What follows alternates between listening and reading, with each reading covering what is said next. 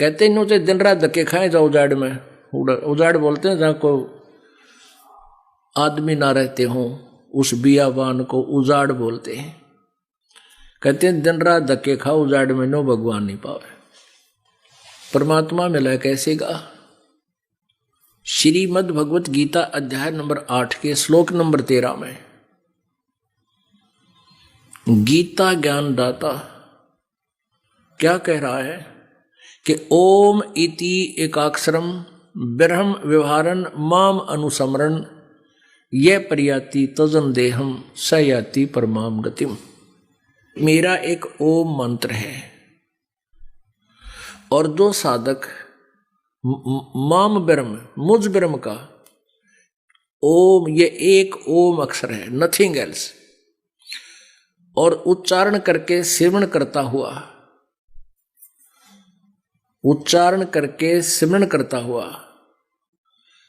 जो शरीर छोड़कर जाता यानी अंतिम श्वास तक इस ओम नाम का जो जाप करता है वो परम गति को प्राप्त होता है। यानी ओम नाम से जो परम गति होती है, मेरे से ब्रह्म बोलता है काल, मेरे से जो परम गति लाभ मिलता है, मोक्ष जितना हो सकता है उसको प्राप्त होता है।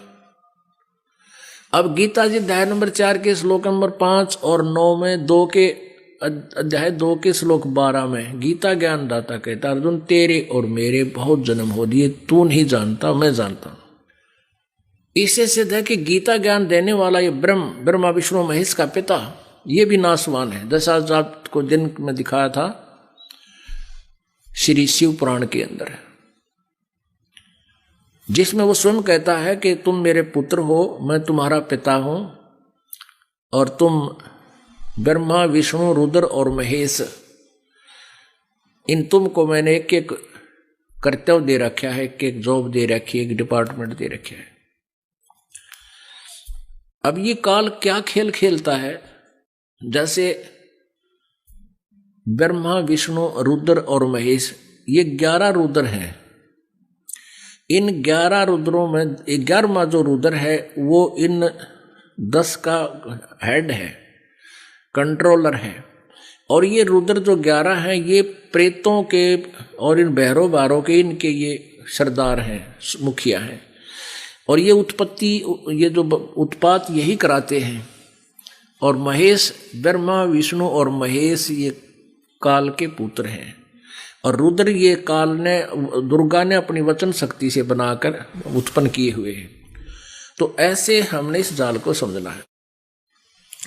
तो वो कहता है कि शिव पुराण में कहता है मेरा एक ओम मंत्र है और ये सब अवयवों से इकट्ठा होकर के पांचों से एक ही भूत होकर यूं एक अक्षर बन गया ओम, ओंकार। तो वही ये गीता का ज्ञान दे रहा है। ये कहता मैं और तू सभी नासवान हैं। और गीता जी अध्याय नंबर 2 के श्लोक 17 में कहा कि अर्जुन तो अविनाशी तो उसको जान जिसको मारने में कोई सक्षम नहीं है, समर्थ नहीं है, और जिससे ये सारी सृष्टि की उत्पत्ति हुई है। गीता जी अध्याय नंबर 15 के श्लोक नंबर 16 और 17 में 3 भगवान बताए, एक सरपुरुष एक अक्षर पुरुष। और 17वें में कहा कि इन दोनों से कोई और है असली वास्तविक अविनाशी भगवान परमात्मा, और वही तीनों लोकों में प्रवेश करके सबका धारण पोषण करता है। वो है अव्यय ईश्वर है, वो अविनाशी परमात्मा है। गीता जी अध्याय नंबर 15 के श्लोक नंबर 1 से 4 का आशय है कि ये उल्टा लटका हुआ संसार रूपी वृक्ष है।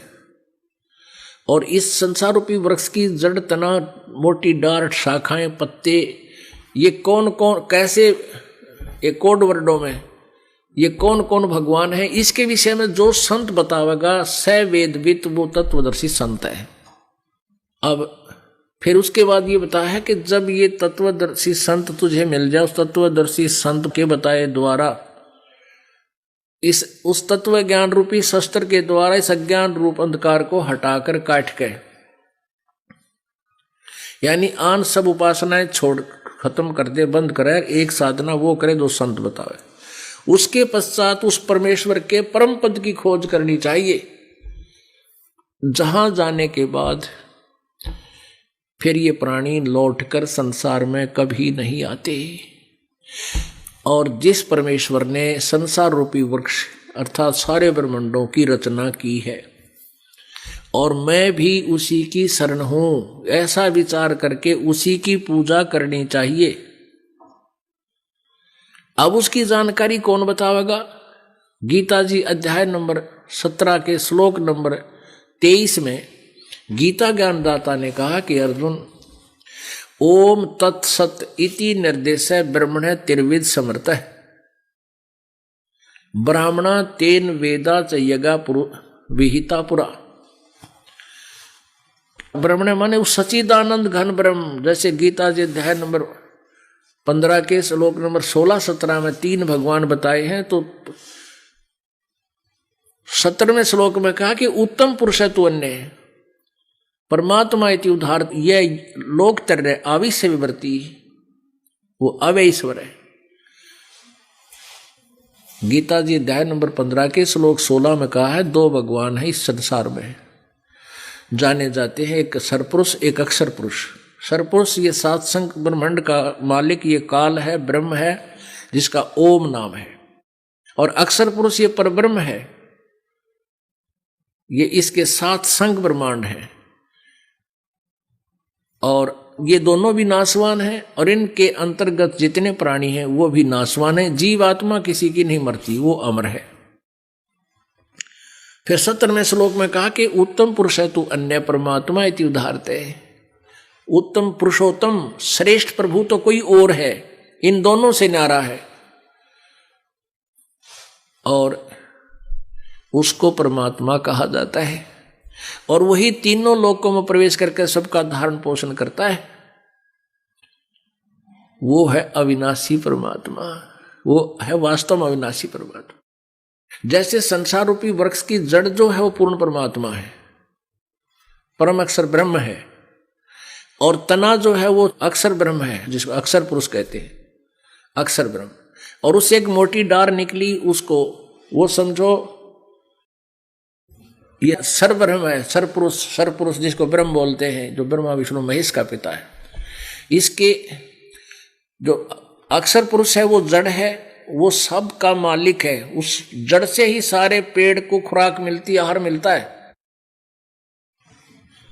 और जड़ से तना में आता है, तना से डार में जाता है, डार से शाखाओं में, शाखाओं से फिर पत्तों में जाता है। तो सबका पालन पोषण धारण पोषण करने वाला, कुल का मालिक, सबका कंट्रोल, सबका दाता, वो मूल मालिक परम अक्षर ब्रह्म जड़ रूपी इस प्रभु है, मूल। अब हमने इन बातों को बहुत गहराई से सोचना। पुण्यात्माओं, कृष्ण जी की लीलाएं, सुदामा कृष्ण की कहानियां, महाभारत की कथाएं आपने घनी सुन रखी हैं, उनसे निष्कर्ष क्या निकला बता? उससे तो दूना नास्तिक हो सा भगवान। अब कौरव और पांडव चाचा ताऊ के भाई थे, चचेरे भाई थे, और वो दुश्मन हो गए एक दूसरे के। उस कथा से हम ये सीखेंगे। तो कहने का भाव ये पुण्यात्मा, हमने जो कथाएं आज तक सुनी थी वो अप्लीकेबल भी ना हो सकते अपने जीवन में।